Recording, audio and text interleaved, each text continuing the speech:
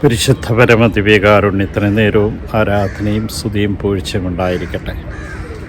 അനന്തകാരുണ്യത്തിനുറവിടമായ കർത്താവെ, പശ്ചാത്തപിക്കുന്നവർക്ക് അനുദപിക്കുവാനുള്ള കൃപയും അനുഗ്രഹവും നൽകുമെന്ന് ഞങ്ങളെ ഓരോരുത്തരും ഓർമ്മിപ്പിക്കുന്ന കാരുണ്യവാനായ കർത്താവെ, ഇന്നേ ദിനം ഞങ്ങളെ ഓരോരുത്തരെയും ഓർമ്മിപ്പിച്ചു നിത്യജീവൻ പ്രാപിക്കുവാൻ ഞങ്ങൾ ഓരോരുത്തരും ഞങ്ങളുടെ കുറവുകളെ കണ്ടുപിടിക്കണമെന്നും ആ കുറവുകൾ മനസ്സിലാക്കിക്കൊണ്ട് തിരുത്തണം.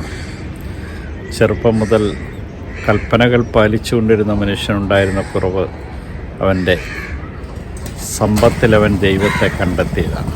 എന്നാൽ കർത്താവെ, ഇന്ന് ഞങ്ങൾ മനസ്സിലാക്കുന്നു, അങ്ങല്ലാതെ മറ്റൊരു ദൈവമില്ലെന്നും മറ്റൊന്നിനും അങ്ങയുടെ സ്ഥാനം കൊടുക്കുവാൻ പാടില്ലെന്നും അങ്ങനെ ചെയ്താൽ അതെടുത്തു മാറ്റുമെന്നും ഞങ്ങളെ ഓരോരുത്തരും ഓർമ്മിപ്പിച്ച കാരുണ്യവാനായ കർത്താവെ, ഞങ്ങളുടെ ജീവിതത്തിൽ അങ്ങേക്ക് പകരമായി മറ്റെന്തെങ്കിലും സ്ഥാനം കൊടുത്തിട്ടുണ്ടെങ്കിൽ ഇതാ അങ്ങയുടെ തിരുമുമ്പിൽ മാപ്പ് ചോദിക്കും.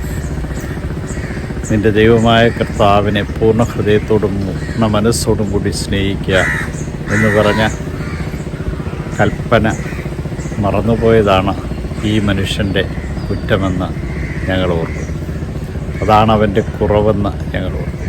ഇതാ കർത്താവ്, ഇന്നേ ദിനം നീ തന്ന എല്ലാ കൃപകൾക്കും നന്ദി അർപ്പിച്ചുകൊണ്ട് നിന്നെ മഹത്വപ്പെടുത്തും.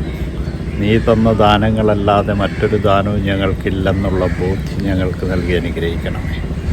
നിൻ്റെ കാരുണ്യവും നിൻ്റെ സ്നേഹവും നിൻ്റെ ചൈന്യവും ഒരിക്കലും നഷ്ടപ്പെടുത്താതെ ജീവിക്കുവാൻ തക്കവിധം ഞങ്ങളെ ഓരോരുത്തരെ അനുഗ്രഹിക്കുകയും നിൻ്റെ അനുഗ്രഹമാണ് സർവ്വത്തിനുപരി എന്ന ബോധ്യത്തിൽ ജീവിക്കുവാൻ ഞങ്ങളെ അനുഗ്രഹിക്കുകയും ചെയ്യണമേ. ഇതാ കർത്താവെ, നിൻ്റെ തിരുമുമ്പിൽ ഞങ്ങളെ ഓരോരുത്തരെയും സമർപ്പിക്കുന്നു. നിൻ്റെ സ്നേഹത്തിൻ്റെ തികവിൽ ഞങ്ങളെ ഓരോരുത്തരെയും നയിക്കണമേ, ശക്തിപ്പെടുത്തണമേ, അനുഗ്രഹിക്കണമേ. ഇതാ ഈ ദിവസത്തെ സമർപ്പിച്ചുകൊണ്ട് ഞാൻ അങ്ങേ ആരാധിക്കുന്നു. ദൂതന്മാരുടെ രാജാവായ നസ്രേക്കാനേശുവെ, പെട്ടെന്നുള്ള മരണത്തെ അപകടങ്ങളെ കാത്തുകൊള്ളണമേ. പ്രഭാതത്തിൽ എഴുന്നേറ്റായി മഹത്വപ്പെടുത്തുവാൻ കൃപ നൽകി അനുഗ്രഹിക്കണം. ഈശോയെ നന്ദി, ഈശോയെ സ്തുതി, ഈശോ ആരാധന.